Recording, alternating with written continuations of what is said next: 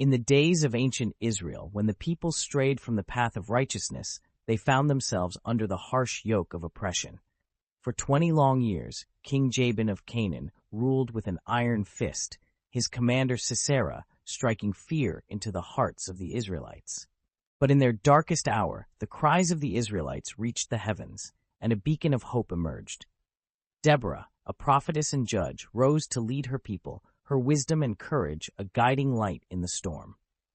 The story of Jael and Sisera is found in the book of Judges.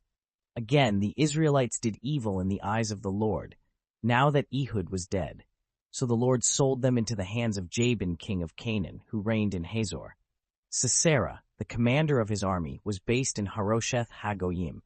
Because he had 900 chariots fitted with iron and had cruelly oppressed the Israelites for 20 years, they cried to the Lord for help.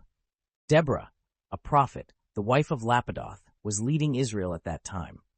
She held court under the palm of Deborah between Ramah and Bethel in the hill country of Ephraim, and the Israelites went up to her to have their disputes decided. She sent for Barak son of Abinoam from Kedesh in Naphtali and said to him, "The Lord, the God of Israel, commands you, go, take with you 10,000 men of Naphtali and Zebulun, and lead them up to Mount Tabor. I will lead Sisera, the commander of Jabin's army, with his chariots and his troops to the Kishon River, and give him into your hands." Barak said to her, "If you go with me, I will go, but if you don't go with me, I won't go." "Certainly I will go with you," said Deborah. "But because of the course you are taking, the honor will not be yours, for the Lord will deliver Sisera into the hands of a woman."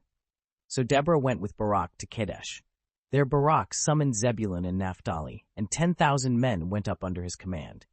Deborah also went up with him. Now Heber the Kenite had left the other Kenites, the descendants of Hobab, Moses' brother-in-law, and pitched his tent by the great tree in Zaananim near Kadesh. When they told Sisera that Barak son of Abinoam had gone up to Mount Tabor, Sisera summoned from Harosheth Hagoyim to the Kishon River all his men and his 900 chariots fitted with iron. Then Deborah said to Barak, "Go, this is the day the Lord has given Sisera into your hands. Has not the Lord gone ahead of you?" So Barak went down Mount Tabor with 10,000 men following him. At Barak's advance, the Lord routed Sisera and all his chariots and army by the sword, and Sisera got down from his chariot and fled on foot.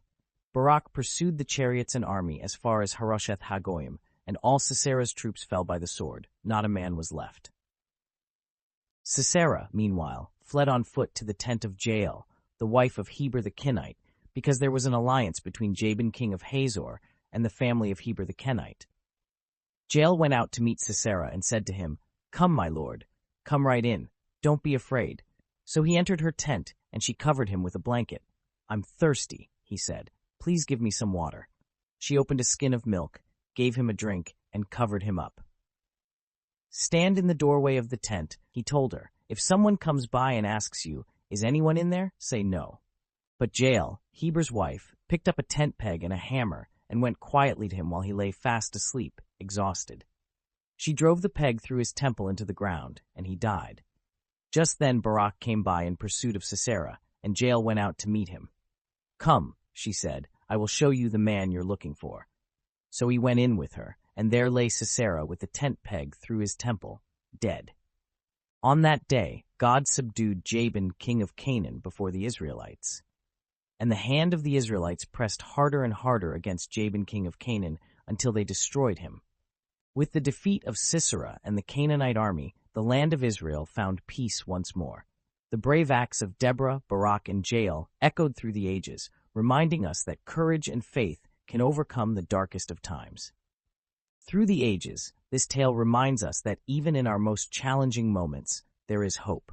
It is a story of faith rewarded, courage tested, and the triumph of the human spirit. Thank you for joining us on this journey through the story of Jael and Sisera. May it inspire you to find courage in the face of adversity and faith in the face of doubt.